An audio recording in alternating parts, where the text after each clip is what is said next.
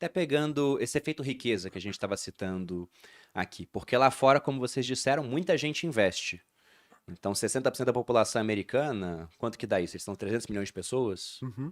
Então, Vai dar mais, 180 milhões. 180 milhões É que investindo. é dos adultos, né? Na verdade. Isso. Então vamos É. botar que são 100 milhões Aham. investindo. Tá? Aqui no Brasil a gente tem 5 milhões de CPFs na Uhum. bolsa. Então esse efeito ele demora mais para aparecer. E esse efeito é o seguinte, né? O cara vê o patrimônio dele em bolsa caindo, por mais que ele não vá usar aquilo naquele momento, ele vê, estou mais pobre. Uhum. Então ele começa a psicologicamente pensar, tenho que segurar um pouco o gasto. E aí ele vai gastar menos, é menos demanda, e isso vai ajudar a conter a inflação, porque é menos gente querendo comprar as coisas. Se a oferta tá igual, o cara vai diminuir, né, o preço para tentar vender para aquelas pessoas. Só que aqui no Brasil, isso demora mais para acontecer. O pessoal até fala, o efeito da política monetária vai demorar 6 meses para começar a Uhum. aparecer. E a gente começou a elevar juros antes, muito antes de boa parte das economias. E agora a gente já está quase no final do ciclo, talvez até no final. Uhum. Pela última ata do Copom, o Copom falando, olha, que talvez a gente venha elevar a menor magnitude, mas muita gente já aposta, se a gente for entrar para ver as opções de Copom, onde o pessoal fica falando qual vai ser o resultado da próxima reunião, lá para o final de setembro, a maioria acredita em manutenção da taxa, e alguns poucos em mais um aumento de 0,25. Então aqui a gente já teve todo esse tempo de aumento, Sim. e mesmo assim o desemprego está baixando. Qual seria a explicação para o Brasil? Eu acho que é o seguinte, né? Você tem uma taxa de desemprego que ela estava bem acima da neutra, né? Bem acima da neutra. Que era tão ruim que deu para melhorar um pouco. Exatamente, né? Mas tem um ponto também. A gente, apesar de ter... O Banco Central está com um trabalho ali, cara, que, poxa, difícil. Porque você está subindo juros para conter uma atividade econômica, né? Pra segurar ali uma atividade econômica pujante, para que a sua inflação de oferta, né, que é ali causada por um aumento de oferta monetária e tal, por um choque de oferta, né, lá fora, no preço das commodities, não se repasse de maneira contundente ali para a economia. Então, beleza, o Banco Central está subindo juros. Só que do outro lado, você tem aí o governo com políticas fiscais mais expansionistas, Uhum. que você gera uma demanda. Então, o trabalho do Banco Central ele é difícil. Ele está tentando ali conter uma atividade, mas do outro lado você tem o governo federal ali com, né, fiscal estimulando a atividade econômica. Então, primeiro, a gente estava muito ruim, com uma taxa de desemprego acima da neutra, né, o que não é a nossa, digamos assim, de equilíbrio. E segundo, a gente tem estímulos, estamos tendo ainda estímulos fiscais que ajudam, né, auxiliam isso daí, tá? Mas eu não acho que a gente vai ver daqui linearmente, pô, o desemprego caindo e o Brasil voltando a crescer.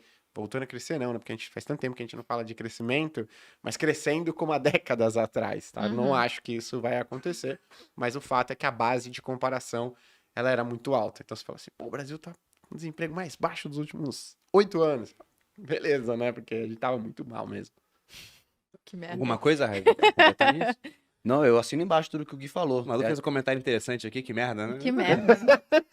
Não, mas é um conflito que a gente vai viver agora. A gente está se aproximando de uma eleição, você tem algumas preocupações latentes, você tem o governo federal jogando desse lado fiscal e vai conflitando com a política monetária do Banco Central mesmo. Então, isso explica no curto prazo essa força relativa, pelo menos, do mercado de trabalho. Mas no Brasil também eu acredito que isso vai mudar em breve. Talvez ali pós-cenário eleitoral, talvez começo do ano que vem, quando a gente vê as novas políticas sendo apresentadas pelo novo governante, a gente vai começar a ter uma ideia do caminho que o Brasil vai tomar. A gente tá falando aqui do segundo semestre, né? As pessoas vão falar assim, pô, o Gui acha que o negócio vai continuar uma porcaria aí pros próximos 5, 10 anos. Não, a gente tá falando aqui de um período um pouco mais curto, né? Não, mas até pensando, porque quando a gente fala em melhores investimentos para um semestre, não é para começar no começo do semestre e colher em dezembro. Sim. É para colher ao longo dos próximos anos. E até aproveitando essa deixa que você deu, Gui, desse raciocínio de alguns anos à frente. Porque o Brasil passou por uma recessão que o mundo não encarou, que foi 2015 e 2016. A gente, por uma incompetência nossa, estava muito mal das pernas, enquanto Estados Unidos e China cresciam. E agora o que a gente está vendo é um cenário diferente. Se a gente for pensar em países emergentes, na sacola dos emergentes, meio que sobrou o Brasil, né? Porque Turquia, a gente viu inflação, quase 80%, e sem perspectiva de controlar aquilo. A Argentina também.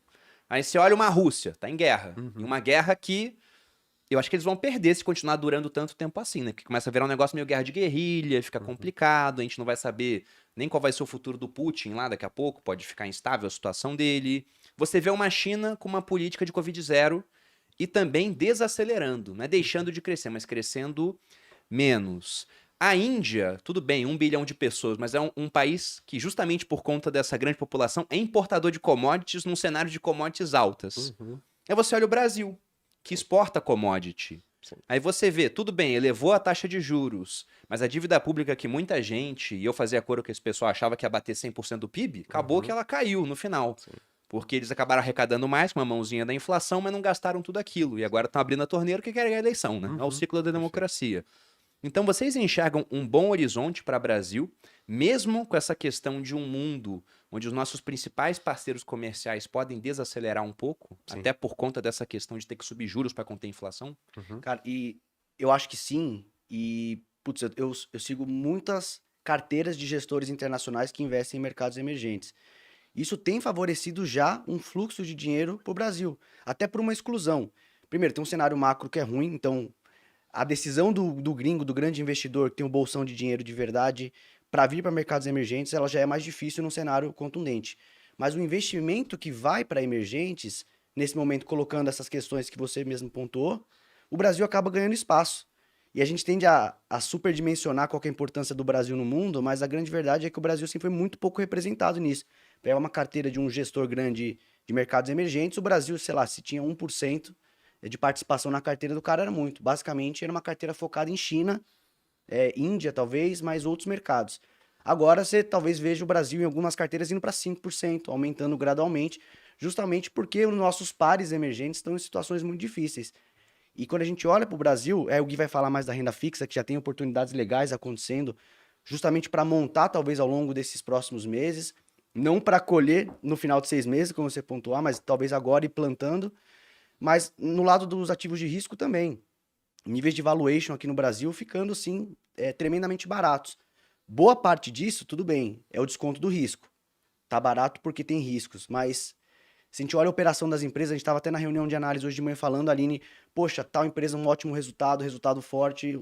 Tem setores da economia que estão desempenhando bem, tem empresas que estão entregando resultado, operação redonda, e estão com um valuation extremamente barato em relação a médias históricas, até em momentos que a própria empresa não tinha uma operação tão boa, tão crescente como agora. Então eu acho que esse semestre agora, talvez assim, o melhor investimento seja talvez até caixa, para você poder aproveitar oportunidades que apareçam e começar a montar gradualmente uma posição cautelosa, não é para se mergulhar de cabeça em cripto, em ações, mas o nível de preço que a gente está atingindo em ativos de risco pode ser interessante se a gente pensar em 5 anos. E eu passo a bola porque eu sei que tem muita oportunidade na renda fixa também. Uhum. Principalmente chegando agora nessa virada final do ciclo, abre muita oportunidade na renda fixa. Eu acho que você colocou, né? Pô, o mundo, os Estados Unidos desacelerando, China desacelerando. Será que o Brasil ele passa a ser uma boa oportunidade? Ele foi, né? Acho que a pergunta é: será que ele era? Né? Será que ele vai continuar sendo? Ou será que ele vai voltar a ser? Quando a gente tem um preço de commodities elevado, o mundo inteiro ele olha para países emergentes, né? Só que você tem um outro lado, vários riscos. Só que o mundo inteiro está olhando para países emergentes. Esse é o ponto, né? A gente começa a observar o ingresso de dinheiro estrangeiro aqui no Brasil com mais contundência aí nos últimos meses. E eu acho que isso tende a continuar.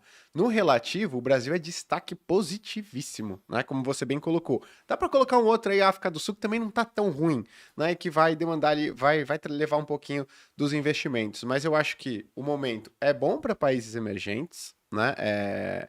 Principalmente para o Brasil, que começou a fazer o trabalho de controle da inflação, ajustar a política monetária muito antes, né? Porque, Gui, mas aí você tem uma crise, um cenário de desaquecimento global, legal, só que isso afeta muito negativamente os países emergentes quando é uma surpresa, né?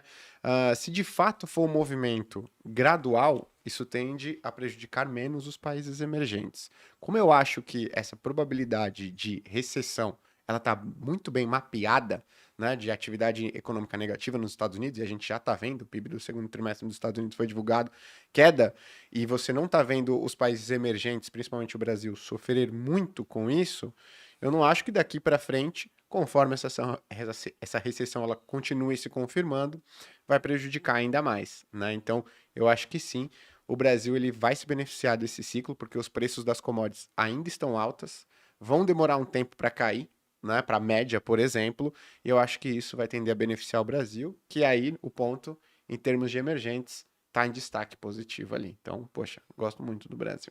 O Brasil agora é nóis, né? Brasil é tudo. Viramos a menina mais bonita da sala. Exato. É Porque relativo, várias né? outras se enfeiaram muito. Eu ia falar isso. Beleza relativa, Beleza né, relativa, exatamente.